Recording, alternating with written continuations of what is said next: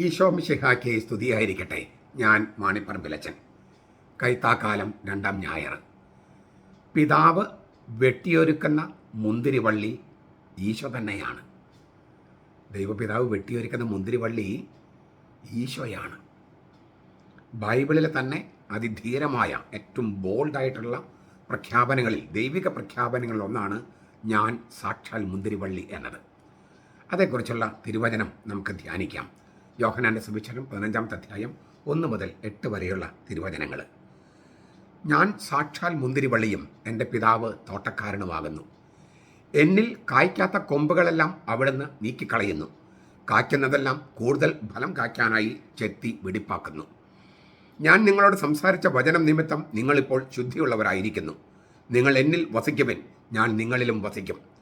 മുന്തിരിവള്ളിയിൽ നിൽക്കാതെ ശാഖയ്ക്ക് സ്വയമേവ കായ്ക്കാൻ കഴിയാത്തതുപോലെ എന്നിൽ വസിക്കുന്നില്ലെങ്കിൽ നിങ്ങൾക്കും കഴിയുകയില്ല.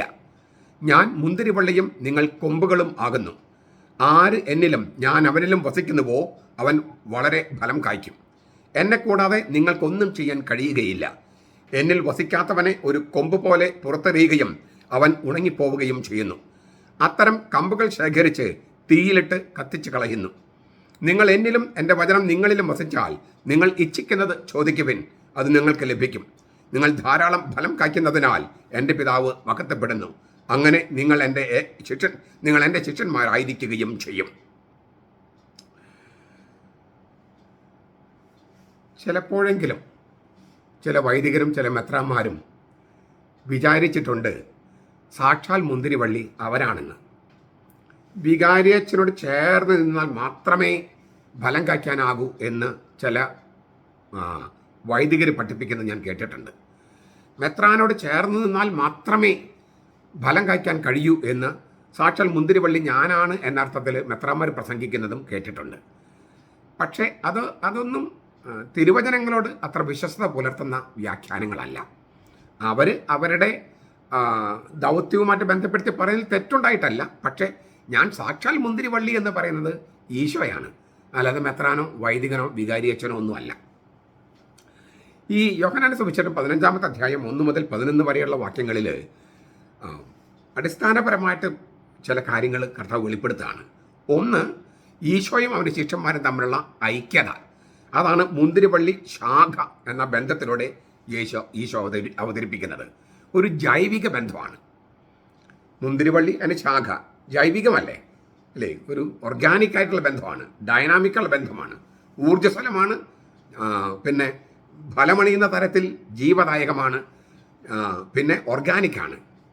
അപ്പോൾ ഈ മുന്തിരിവള്ളി അതിന് ശാഖ മുറിച്ച ഉണങ്ങിപ്പോവുകയാണ്. അപ്പോൾ പിന്നെ പൊടിച്ചു വരുമെങ്കിലും ഈ മുന്തിരിവള്ളിയോട് ചേർന്ന് നിന്നാലേ ശാഖ ശരിക്കും ശാഖയായിട്ട് നിൽക്കുന്നുള്ളൂ. അപ്പോൾ ജൈവികമായ ഓർഗാനിക്കായിട്ട് ബന്ധമുണ്ട്. ഈശോയുമായി ബന്ധത്തിലായിരിക്കാതെ ജീവിക്കാനോ വളരാനോ അവൻ്റെ ശിഷ്യന്മാർക്ക് കഴിയില്ല. ഈ ജൈവിക ബന്ധമില്ലാതെ, ഓർഗാനിക്കായിട്ടുള്ള ബന്ധമില്ലാതെ അവൻ്റെ ശിഷ്യന്മാരായി ജീവിക്കാനോ വളരാനോ കഴിയില്ല. ഇതാണ് ഒന്നാമത്തെ കാര്യം.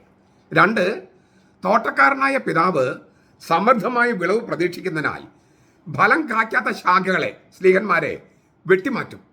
യൂദാസിനെ വെട്ടിമാറ്റി. ഫലം കായ്ക്കാത്ത ശാഖകളെ സ്ലീഹന്മാരെ വെട്ടിമാറ്റും. യൂദാസിനെ വെട്ടിമാറ്റി. ഫലം കായ്ക്കുന്ന ശാഖകളെ, അത് ശിഷ്യന്മാരാണ്, ഊർജ്ജസ്വലമാക്കാൻ വേണ്ടി യേശു എന്ന മുന്തിരിവള്ളിയെ ദൈവപിതാവ് വെട്ടിയൊരുക്കുകയാണ്. ഫലം കായ്ക്കുന്ന ശാഖകളെ ശിഷ്യന്മാരെ ഊർജ്ജസ്വലമാക്കാൻ വേണ്ടി ഈശോ എന്ന മുന്തിരിവള്ളിയെ ദൈവപിതാവ് വെട്ടിയൊരുക്കുന്നു. അപ്പോൾ ഞാൻ തുടക്കത്തിൽ പറഞ്ഞത് ദൈവപിതാവ് വെട്ടിയൊരുക്കുന്ന മുന്തിരിവള്ളി എന്ന് പറയുന്നത് ഈശോ മിശിഹായാണ്. അത് ഭയങ്കരമായൊരു സ്റ്റേറ്റ്മെന്റാണ്. യേശുവിൻ്റെ ശാഖകളായ ശിഷ്യന്മാർ നല്ല ഫലം കായ്ക്കുന്നതിന് വേണ്ടി ഈശോ എന്ന മുന്തിരിവള്ളിയെ ദൈവപിതാവ് വെട്ടിയൊരുക്കുന്നു. അതാണ് അവൻ്റെ ജീവിതത്തിൽ ഉടനീളം നമ്മൾ കാണുന്നത്. മൂന്നാമതായിട്ട്, ക്രിസ്തുവിനോട് മനുഷ്യർക്ക് പൊതുവായും ക്രിസ്ത്യാനികൾക്ക് സവിശേഷമായും ഒരു ബന്ധമുണ്ട്. അവർ പങ്കുവയ്ക്കുന്ന ജീവന്റെ കൂട്ടായ്മ, ക്രിസ്ത്യാനികളുടെ പ്രവർത്തനത്തിൻ്റെ ഉറവിടമായ ക്രിസ്തുവിൻ്റെ ജീവൻ, ഇവയെല്ലാം ഇവിടെ ഈശോ അവതരിപ്പിക്കുകയാണ്. നമ്മളതിൻ്റെ എല്ലാ കാര്യങ്ങളിലേക്ക് നമ്മൾ പോകുന്നില്ല. ക്രിസ്തുവിനോട് മനുഷ്യർക്ക് പൊതുവായൊരു ബന്ധമുണ്ട്, ക്രിസ്ത്യാനികൾക്ക് വിശേഷപ്പെട്ട ബന്ധമുണ്ട്. ഈ ഈശോ പങ്കുവെക്കുന്ന ജീവന്റെ കൂട്ടായ്മയുണ്ട്. ക്രിസ്ത്യാനികളുടെ പ്രവർത്തനത്തിന്റെ ഉറവിടം ക്രിസ്തുവിന്റെ ജീവനാണ്. ഇങ്ങനെ നിരവധിയായ വിഷയങ്ങളാണ് ഈ അധ്യായത്തിൽ ചർച്ച ചെയ്യുന്നത്. നമ്മളതിൻ്റെ അതിലേക്കൊന്നും കടക്കുന്നില്ല, കാരണം അത്രയും ആഴപ്പെട്ട സംഗതിയാണ്. ഞാൻ സാക്ഷാൽ മുന്തിരിവള്ളി എന്ന ആ വചനത്തെക്കുറിച്ച് മാത്രമാണ് നമ്മളിപ്പോൾ ധ്യാനിക്കുന്നത്. ഈ ക്രിസ്തീയ ജീവിതം മുന്തിരിച്ചെടി വളരുന്നത് പോലെ ഇങ്ങനെ വളർന്നുകൊണ്ടിരിക്കുകയാണ്. അതും ഇതിൻ്റെ ഒരു തീമാണ്. എന്ന് വെച്ചാൽ സജീവമാണ്, ഇങ്ങനെ സ്റ്റാഗ്നൻ്റ് അല്ല, ഇങ്ങനെ ഉണങ്ങിക്കരിഞ്ഞ് നിൽക്കുകയല്ല, സജീവമാണ്. അതുപോലെ തന്നെ അത് പ്രവർത്തനത്തിന് ഫലം ചൂടുന്നതാണ്. ഫലരഹിതമായ അത്തിമരത്തിൻ്റെ കഥയല്ല ഈ ഫലം ചുരുന്ന മുന്തിരിവള്ളിയുടേത്. ഫലം തരാത്ത അത്തിമരത്തെ വെട്ടിക്കളയാനാണ് കർത്താവ് പറഞ്ഞത്. ആരും ഉണങ്ങിപ്പോകട്ടെ എന്നാണ് പറഞ്ഞു, ആരും കഴിക്കരുത്. ഇനി മുന്തിരിവള്ളി അങ്ങനെയല്ല, ഫലം കായ്ക്കാൻ വേണ്ടി വെട്ടി ഒരുക്കപ്പെടുകയാണ്, വെട്ടിക്കളയല്ല, വെട്ടി ഒരുക്കുകയാണ്. അപ്പോൾ ഈ ഇത്രയും വിഷയങ്ങളൊക്കെ ഉണ്ടെങ്കിലും നമുക്കതിലത്തെ പ്രധാനപ്പെട്ട ഒരു പോയിന്റ്, നമ്മൾ ഏറ്റവും മനസ്സിരുത്തേണ്ട ഒരു പോയിന്റാണ് ഞാൻ സാക്ഷാൽ മുന്തിരിവള്ളി. ഞാൻ സാക്ഷാൽ മുന്തിരിവള്ളി. പഴയ നിയമത്തിൽ ഇസ്രായേലിനെ മുന്തിരിവള്ളിയായിട്ട് ചിത്രീകരിച്ചിട്ടുണ്ട്. കർത്താവ് നട്ടതും പരിപാലിക്കുന്നതുമായ മുന്തിരിവള്ളിയായി ഇസ്രായേൽ. സങ്കീർത്തനം 80 സങ്കീർത്തനം, അതിൽ പ്രത്യേകിച്ചും 8 മുതൽ 16 വാക്യങ്ങൾ. യെശയ്യായുടെ പുസ്തകം 5-ാമത്തെ അധ്യായം 1 മുതൽ 7 വരെ വാക്യങ്ങൾ. യെശയ്യായുടെ പുസ്തകം തന്നെ 27-ാം അധ്യായം 2 മുതൽ 6 വരെ വാക്യങ്ങൾ. യെരേമിയയുടെ പ്രവചനം 2:21. ഇവിടെയൊക്കെ കർത്താവായ ദൈവം നട്ടതും പരിപാലിക്കുന്നതുമായ മുന്തിരിവള്ളിയായിട്ട് ഇസ്രായേലിനെ അവതരിപ്പിച്ചിരിക്കുന്നു. ആ പ്രതീകം ഈശോ തനിക്കായിട്ട് ഉപയോഗിക്കുമ്പോൾ അതിനർത്ഥം ഇതാണ്: ഇസ്രായേലിൻ്റെ പഴയ ഉടമ്പടിയിലല്ല മിശിഹ, ഈശോ എന്ന മിശിഹ ഉറപ്പിച്ച് പ്രാബല്യത്തിലാക്കിയ പുതിയ ഉടമ്പടിയിലാണ് ഇസ്രായേൽ പോലും, പഴയ ഇസ്രായേലും പുതിയ സഭയും അതിൻ്റെ ജീവനും ഓജസ്സും കണ്ടെത്തുന്നത്. അപ്പം ഞാൻ സാക്ഷാൽ മുന്തിരിവള്ളി എന്ന് പറയുമ്പോൾ ഇത് ഞാൻ സാക്ഷാൽ ഇസ്രായേലാണ് എന്നൊരർത്ഥം കിട്ടും. മുന്തിരിച്ചെടിയെ മനുഷ്യവംശത്തിൻ്റെ പ്രതീകമായിട്ടും പഴയ നിയമത്തിൽ കാണാം. സങ്കീർത്തനം 80 8 മുതൽ 16 വാക്യം ഞാൻ പറഞ്ഞല്ലോ. അവിടെ മനുഷ്യവംശത്തിൻ്റെ പ്രതീകമാണ് മുന്തിരിവള്ളി. അപ്പോൾ ഞാൻ സാക്ഷാൽ മുന്തിരിവള്ളി എന്ന കർത്താവോട് പറയുമ്പോൾ ഞാനാണ് സാക്ഷാൽ മനുഷ്യൻ. അപ്പോൾ 2 പ്രധാനപ്പെട്ട കാര്യങ്ങളാണ് ഞാൻ സാക്ഷാൽ മുന്തിരിവള്ളി എന്ന് പറയുമ്പോൾ ഈശോ അർത്ഥമാക്കുന്നത്. പ്രധാനമായ 2 കാര്യങ്ങളാണ്. ഒന്ന്, ഞാനാണ് സാക്ഷാൽ ഇസ്രായേൽ. ദൈവം പഴയ നിയമത്തിൽ ഇസ്രായേലിന് എന്തെല്ലാം ദൗത്യം കൊടുത്തുവോ ആ ദൗത്യങ്ങൾ പലതും അവർ പരാജയപ്പെട്ടു. അതെല്ലാം വിജയത്തിലെത്തിച്ച സാക്ഷാൽ ഇസ്രായേലിയൻ ഈശോയാണ്. അതാണ് ഒന്നാമത്തെ അർത്ഥം. 2, സാക്ഷാൽ മനുഷ്യൻ, ഉത്തമ മനുഷ്യൻ, എല്ലാം തികഞ്ഞ മനുഷ്യൻ ഈശോയാണ്. ദൈവം മനുഷ്യനായ ആളാണ് ഈശോ. അതുകൊണ്ട് തന്നെ എല്ലാം തികഞ്ഞ മനുഷ്യൻ, പരിപൂർണതയുള്ള മനുഷ്യൻ, സാക്ഷാൽ മനുഷ്യൻ ഈശോയാണ്.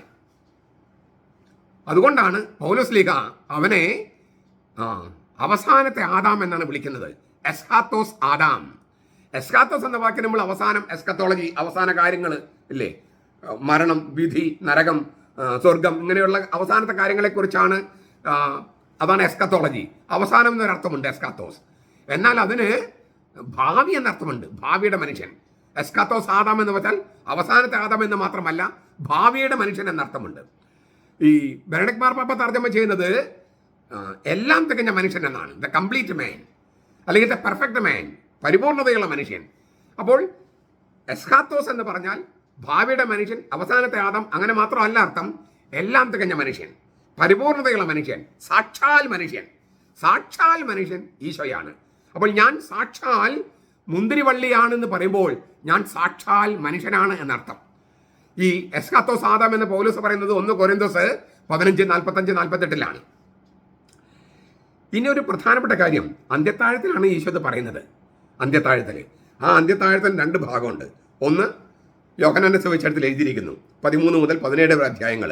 അതിൻ്റെ സമാപനത്തിലാണ് മഹാപുരോഹിത പ്രാർത്ഥന ചൊല്ലി 12 സ്ലീഹന്മാരെ പുരോഹിതന്മാരായി വാഴിക്കുന്നത്. 2ാമത്തെ ഭാഗം കുർബാനയുടെ സ്ഥാപനമാണ്. അപ്പോൾ പൗരോഹിത്യത്തിൻ്റെ സ്ഥാപനവും കുർബാനയുടെ സ്ഥാപനം നടക്കുന്ന അന്ത്യത്താഴത്തിലാണ് കർത്താവ് ഇത് പറയണേ. അതുകൊണ്ട് തന്നെ ഞാൻ സാക്ഷാൽ മുന്തിരിവള്ളിയാണെന്ന വാക്കിന് കൗതാശികമായ അർത്ഥമുണ്ട്. 2 കൂതാശികൾ സ്ഥാപിക്കപ്പെട്ട, 2 മാത്രമല്ല, കുമ്പസാരത്തെക്കുറിച്ചുണ്ട് ഇല്ലേ. നിന്റെ കാലുകൾ കഴുകാൻ നീ എന്നെ അനുവദിക്കുന്നില്ലെങ്കിൽ നിനക്ക് എന്നോടുകൂടെ പങ്കില്ല എന്ന് ഈശോ മിശിഹ പത്രോസ് കൊണ്ട് പറയുന്നത് കുമ്പസാരം എന്ന കൂതാശയെക്കുറിച്ചാണ്. അപ്പോൾ പല കൂതാശകളും സ്ഥാപിക്കപ്പെട്ട അന്ത്യത്താഴത്തിലാണ് ഈശോ ഇത് പറയുന്നത് എന്നതിനാൽ ഈ തിരുവചനത്തിന് ഞാൻ സാക്ഷാൽ മുന്തിരിവള്ളിയാണ് എന്ന തിരുവചനത്തിന് കൂദാശകളുമായി ബന്ധമുണ്ട്. വിശ്വാസികൾ ഈശോയിൽ വസിക്കണം ഫലം ചൂടണമെങ്കിൽ. ഈശോയിൽ വസിക്കുന്നത് വെറും ഭാവനയിൽ മാത്രമാകാതെ, വിശ്വാസം ഒരു ഭാവന പോലെ ആണല്ലോ, അങ്ങനെയാകാതെ ശരിക്കും യാഥാർത്ഥ്യമായി സംഭവിക്കണമെങ്കിൽ, യഥാർത്ഥത്തിൽ സംഭവിക്കണമെങ്കിൽ ജീവന്റെ അപ്പമായ ഈശോയുടെ തിരുവുത്ഥാനത്തിൽ രൂപാന്തരം എന്ന ശരീരം ഭക്ഷിക്കണം. നമ്മൾ അവന്റെ രക്തം നമ്മൾ കുടിക്കണം. അപ്പോഴേ നാം ഈശോയിൽ വസിക്കൂ. ഫലം ചൂടണമെങ്കിൽ ഈശോ പറയാണ്, നിങ്ങൾ എന്നിൽ വസിക്കണം. എന്നിൽ വസിക്കണം എന്നത് വെറും ഭാവന മാത്രമായി നിൽക്കാതെ വിശ്വാസം മാംസം ധരിക്കുന്ന കൂദാശയായ കുർബാനയിൽ പങ്കെടുക്കണം, കുർബാന സ്വീകരിക്കണം, അവന്റെ ശരീരം ഭക്ഷിക്കും, അവന്റെ രക്തം കുടിക്കും വേണം. അത് ആലങ്കാരികമാർത്ഥത്തിലോ പ്രതീകാത്മകമായ അർത്ഥത്തിലല്ല, ശരിയായ അർത്ഥത്തിൽ തന്നെ, യഥാർത്ഥ അർത്ഥത്തിൽ തന്നെ ചെയ്യണം.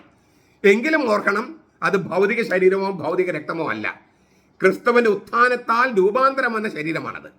ക്രിസ്തുവിന്റെ ഉത്ഥാനത്തിൽ രൂപാന്തരം വന്ന രക്തമാണത്. അപ്പോൾ ജീവന്റെ അവസാന ഘട്ടത്തിലേക്ക് കർത്താവ് പ്രവേശിച്ചു. അവന്റെ ശരീരത്തിനും രക്തത്തിനും രൂപാന്തരം വന്നു. അങ്ങനെ തിരുവുത്ഥാനത്താൽ രൂപാന്തരപ്പെട്ട ശരീര രക്തങ്ങളാണ് വിശുദ്ധ കുർബാനയിൽ നമുക്ക് നൽകപ്പെടുന്നത്. പക്ഷെ അത് കഴിച്ചാലേ ഈശോയിൽ ശരിക്കും വസിക്കൂ. ഇല്ലെങ്കിൽ ഈശോയിൽ വസിക്കുന്നത് വെറും ഭാവനയായിട്ട് മാത്രം നിൽക്കും. അതുകൊണ്ടാണ് ഞാൻ ആവർത്തിച്ച് പറയുന്നത്, വചനത്തിന് ജീവൻ വയ്ക്കുന്ന നിമിഷമാണ് കൂദാശ. വചനം വെറും വചനമായി നിൽക്കാതെ വചനം പൊട്ടിമുളച്ച് ജീവൻ വെച്ച് ഫലം ചൂടുന്ന ആ നിമിഷത്തെയാണ് കൂദാശ എന്ന് പറയുന്നത്. അതുകൊണ്ടാണ് മുന്തിരിവള്ളി മുന്തിരിയുടെ ഫലം എന്നാണ് കർത്താവ് ഈ അന്ത്യത്താഴത്തിൽ പറയുന്നത്. മുന്തിരിവള്ളി ഈശോ, മുന്തിരിയുടെ ഫലം മുന്തിരിച്ചാറ്, രക്തം, അതാണ് അവന്റെ രക്തം. അപ്പോൾ ഇത് തമ്മിൽ കർത്താവ് നേരിട്ട് ബന്ധിപ്പിക്കുന്നതിന് കാരണം ഇതാണ്.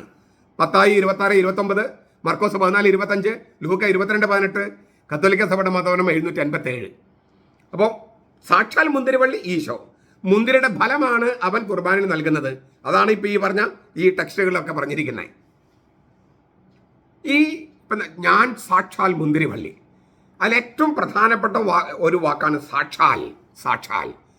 മുന്തിരിവള്ളിയോട് ഇല്ലേ, മറ്റ് മുന്തിരിവള്ളികൾ, ഈ പഴയ നിയമത്തിലെ മുന്തിരിവള്ളികൾ പലതുണ്ട്.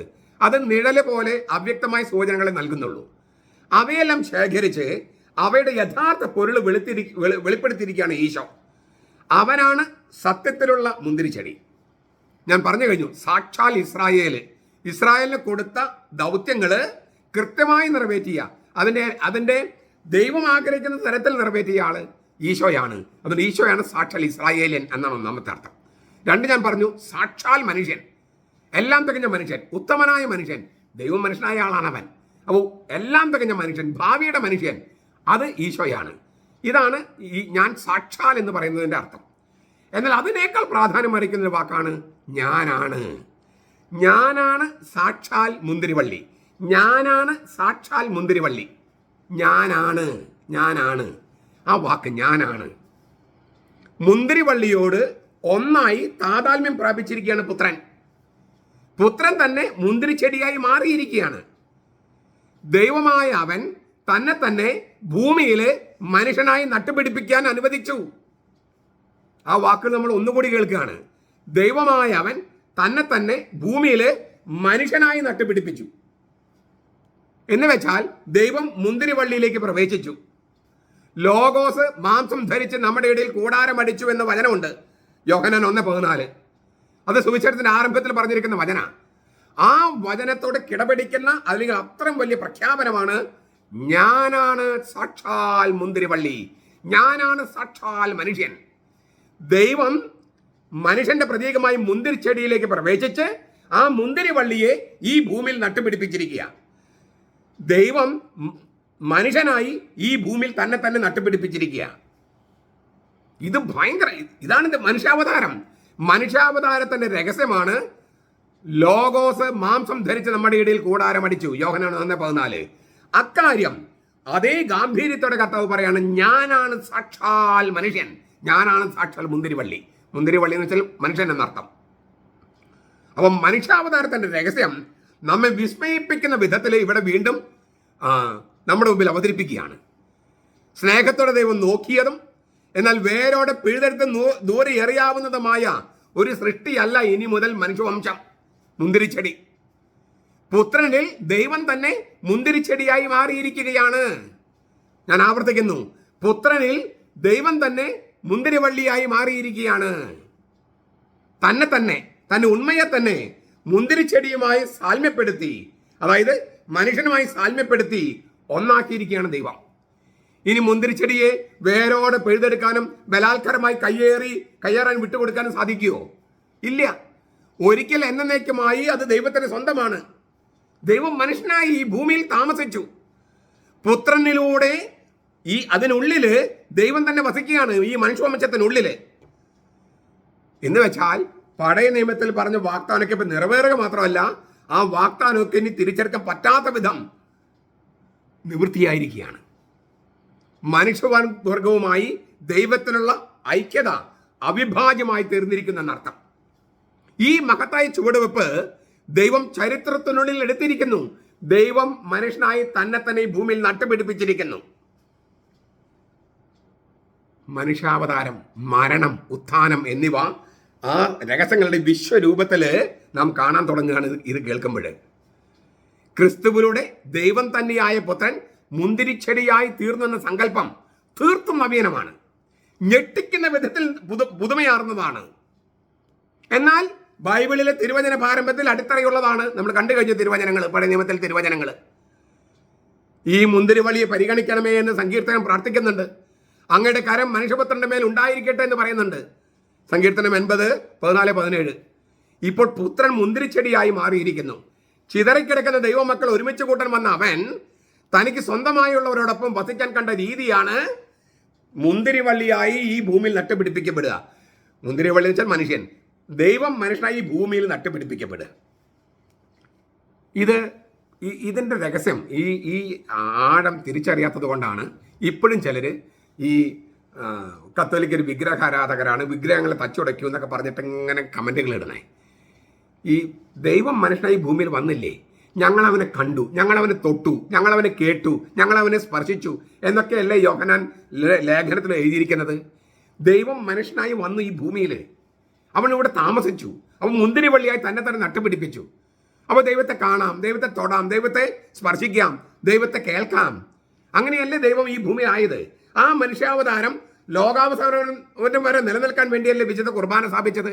അപ്പോൾ അവനെ തൊടാം, അവനെ കേൾക്കാം, അവനെ സ്പർശിക്കാം, അങ്ങനെയൊക്കെയല്ലേ അവന് മണമുണ്ട്. അപ്പോൾ അന്ന് മനുഷ്യാവതാരത്തിലൂടെ ദൈവം മനുഷ്യനായി ഭൂമിയിൽ വസിച്ചു. അപ്പോൾ അവനെ തൊടാൻ പറ്റും. ദൈവം ആത്മാവാണ്, പക്ഷെ അവൻ മനുഷ്യനായി ഭൂമിയിൽ വന്നു, അപ്പോൾ അവനെ തൊടാം. അപ്പോൾ വളരെ മൂർത്തമായ തരത്തിൽ ദൈവം മനുഷ്യനായി. ആത്മാവിലും സത്യത്തിൽ ആരാധിക്കുക എന്ന് പറഞ്ഞ അതേ കർത്താവ് തന്നെയാണ് ഈ ഭൂമിയിൽ മനുഷ്യനായി വസിച്ചത്, മുന്തിരിവള്ളിയായി മാറിയത്. അപ്പൊ അവനെ കാണാൻ പറ്റില്ലേ, തൊടാൻ പറ്റില്ലേ? എന്നെ കാണുന്ന ദൈവത്തെക്കാൾ പിതാവിനെ കാണുന്നതല്ലേ അവൻ പറഞ്ഞത്. അപ്പൊ ഈ പുതിയ നിയമം മനസ്സിലാകാതെ പഴയ നിയമത്തിൽ മാത്രം ചില വചനങ്ങളിൽ മാത്രം കുടുങ്ങിക്കിടക്കുന്നവര് ഈശോയിൽ വിശ്വസിക്കുന്നവരാണോ? പുതിയ ഉടമ്പടി സംഭവിച്ചെന്ന് വിശ്വസിക്കുന്നവരാണോ? വിഗ്രഹങ്ങളെക്കുറിച്ചുള്ള ആ കൽപ്പനയ്ക്ക് ഒരു പുതിയ രീതി വന്നില്ലേ? പഴയ നിയമത്തിൽ തന്നെ പറഞ്ഞിട്ടുണ്ട് വിഗ്രഹങ്ങൾ ഉണ്ടാക്കാൻ, ഇല്ലേ? 20-ാമത്തെ അധ്യായത്തിൽ വിഗ്രഹങ്ങൾ ഉണ്ടാക്കരുത് പറഞ്ഞിട്ട് 24-ാമത്തെ അധ്യായം തൊട്ട് 25-ാമത്തെ അധ്യായം തൊട്ട് വിഗ്രഹങ്ങൾ ഉണ്ടാക്കാൻ പറയുന്നുണ്ട്. കെരൂബുകൾ ഉണ്ടാക്കാൻ പറയുന്നുണ്ട്, സമാഗമ കൂടാരം ഉണ്ടാക്കാൻ പറയുന്നുണ്ട്. 2 കല്ല് അവർ സൂക്ഷിച്ചിരുന്നു, ദൈവകൽപ്പനകൾ എഴുതിയത്. ഒരു വടി സൂക്ഷിച്ചിരുന്നു, അഹറോന്റെ തളിർത്ത വടി. അതിനേക്കാൾ ഭേദമല്ലേ നമ്മുടെ കുരിശ്, അതും തളിർക്കുന്ന കുരിശ്. ഇത് കണ്ടോ, തളിർക്കുന്ന കുരിശ്. അഹറോന്റെ തളിർത്ത വടിയാണ് ഈ വാഗ്ദാന പേടകത്തിൽ വെച്ചിരുന്നത്. തളിർക്കുന്ന കുരിശ് ജീവന്റെ പ്രതീകമാണത്. ഇതാണ് ഇല്ലേ മുട്ടിടുന്ന കുരിശ്, തളിർക്കുന്ന കുരിശ്. ചത്ത കുരിശല്ല, ജീവിക്കുന്ന കുരിശ്. പരിശുദ്ധാത്മാവിന്റെ ശക്തിയിൽ ജീവിക്കുന്ന കുരിശ്. ജീവന്റെ വൃക്ഷമാണ് കുരിശ്. അത് തടിയല്ല, സ്ലീവയാണ്. ഇത് മനസ്സിലാക്കാത്തവരാണ് ഇത് മാനിക്കായനാന്നും പറഞ്ഞ് നടക്കണേ. ആ പറയുന്നവർക്കാണ് ഈ പറഞ്ഞ പാഷാണ്ഡത പഠിപ്പിക്കുന്നതിൻ്റെ ആ ക്രെഡിറ്റ് കൊടുക്കേണ്ടത്. മാനിക്കായൻ കുരിശല്ല ഇത് മാനിക്കാനായി പറയുന്നേ നടക്കുന്നവരാണ് ശരിക്കും പാഷാണ്ഡതയിൽ. അവർക്ക് ചരിത്രം അറിയില്ല, ദൈവശാസ്ത്രം അറിയില്ല. അവര് ഈ ശരിക്കുള്ള ചരിത്രകാരന്മാരെ മുഴുവൻ മിസ്കോട്ട് ചെയ്യാണ്. അവർ പറയാത്ത കാര്യങ്ങൾ എഴുതി വയ്ക്കുകയാണ്, യാതൊരു ബന്ധമില്ലാത്ത കാര്യങ്ങൾ. അപ്പോൾ ഈ കുരിശ് മാനിക്കായനാണെന്ന് പറഞ്ഞ് പഠിപ്പിക്കുന്നവരാണ് പാഷാണ്ഡതയിൽ. ഇത് പുഷ്പിക്കുന്ന കുരിശാണ്. ഇതാണ് ഈ മുന്തിരിവള്ളിയുടെ പ്രതീകം. വളരെ ശക്തമായിട്ട് ആവിഷ്കരിക്കപ്പെടുന്നതാണിത്. ഞാൻ സാക്ഷാൽ മുന്തിരിവള്ളി. ഞാൻ പറഞ്ഞു ജൈവികം, ഓർഗാനിക്. അപ്പോ അവൻ ഈ ഭൂമിയിൽ നട്ടുപിടിപ്പിച്ചു. ഈ മനുഷ്യാവതാരം തിരിച്ചറിയാതെ, നമുക്കവനെ സ്പർശിക്കാനും കാണാനും പറ്റുന്ന ആ അവസ്ഥ തിരിച്ചറിയാതെ വിഗ്രഹങ്ങൾ തച്ചുടയ്ക്കണമെന്ന് പറഞ്ഞ് നടന്നാൽ എങ്ങനെ ശരിയാകുക? ദൈവമല്ലാത്തതിനെ ആരാധിക്കുന്നതാണ് വിഗ്രഹാരാധന. ദൈവമല്ലാത്തതിനെ. പിന്നെ ആരാധന എന്ന് പറഞ്ഞാൽ ബലി മാത്രമാണ്.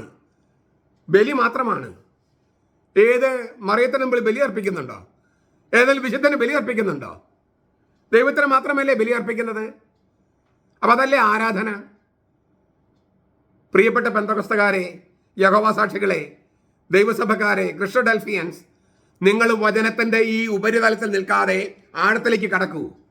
കർത്താവ് അങ്ങനെ പറഞ്ഞിട്ടുണ്ട്, ആഴത്തിൽ കുഴികുഴിച്ച് ദൈവമാകുന്ന പാറപ്പുറത്ത് വേണം ഈ ഭവനം പണിയാൻ. നിങ്ങൾ മണൽത്തിട്ടയിൽ, ഈ വചനത്തിന്റെ പുറത്ത് മണൽത്തിട്ടയിൽ ഭവനം പണിയാൻ നോക്കുകയാണ്. കാറ്റൂതും, പ്രളയമുണ്ടാകും, മഴയുണ്ടാകും, പ്രളയമുണ്ടാകും. അത് നിങ്ങളുടെ മേൽ ആഞ്ഞടിക്കും, നിങ്ങൾ വീണു പോകും. കാരണം നിങ്ങൾ വചനത്തിന്റെ ഈ മണൽത്തിട്ടയിലാണ് നിങ്ങളുടെ വീട്. അത് കുഴിച്ച് ദൈവമാകുന്ന പാറപ്പുറത്ത് വീട് പണിയൂ. അതാണ് കത്തോലിക്ക സഭ ചെയ്തിരിക്കുന്നത്. അതുകൊണ്ടാണ് നിങ്ങൾ എന്തൊക്കെ പറഞ്ഞാലും ആരൊക്കെ വിട്ടുപോയാലും കത്തോലിക്ക സഭ വിശ്വാസത്തിൽ മാറ്റം വരുത്താത്തത്. അത് കർത്താവിൽ നിന്ന് വന്നതാ. മാറ്റാൻ പറ്റില്ല, മാറ്റാൻ അധികാരമില്ല സഭയ്ക്ക്. നിങ്ങൾക്ക് തോന്നിയ പോലെ ചെയ്യാം. ഇഷ്ടമില്ലാത്ത പുസ്തകങ്ങൾ നീക്കിക്കളയാം. 1827 നിങ്ങൾ പുസ്തകം നീക്കിക്കളഞ്ഞത്. നിങ്ങൾക്ക് അങ്ങനെ ചെയ്യാം. കാരണം നിങ്ങൾ കർത്താവിൻ്റെ ആളല്ല. നിങ്ങൾക്കുള്ളത് കർത്താവിൻ്റെ വചനവുമല്ല. സത്യവേദ പുസ്തകങ്ങളുടെ ബൈബിളും ആരാ നിശ്ചയിച്ചത്? അതിൽ ഇത്തരം പുസ്തകങ്ങൾ വേണമെന്ന് പ്രൊട്ടസ്റ്റന്റുകാരാണ് നിശ്ചയിച്ചേ. അത് കത്തോലിക്ക സഭ നിശ്ചയിച്ചതല്ലേ? കത്തോലിക്ക സഭയല്ലേ ബൈബിൾ എത്ര പുസ്തകം വേണമെന്ന് നിശ്ചയിച്ചത്? എന്നിട്ട് നിങ്ങൾ അതിന് 7 പുസ്തകങ്ങൾ 1827 നീക്കം ചെയ്തു. അങ്ങനെ നീക്കം ചെയ്ത് നിങ്ങൾക്ക് ആരാ അധികാരം തന്നത്? നിങ്ങൾ കർത്താവിൻ്റെ ആളുകൾ അല്ലാത്തത് കൊണ്ടാണ് നിങ്ങൾക്ക് ഇഷ്ടമില്ലാത്ത വചനം നീക്കിക്കളയുക, ഇഷ്ടമുള്ള വചനം കൂട്ടിച്ചേർക്കുക. എന്നിട്ട് നിങ്ങളാണ് സത്യമെന്ന് പറഞ്ഞ് ആ നുണ പറഞ്ഞ് നടക്കുക.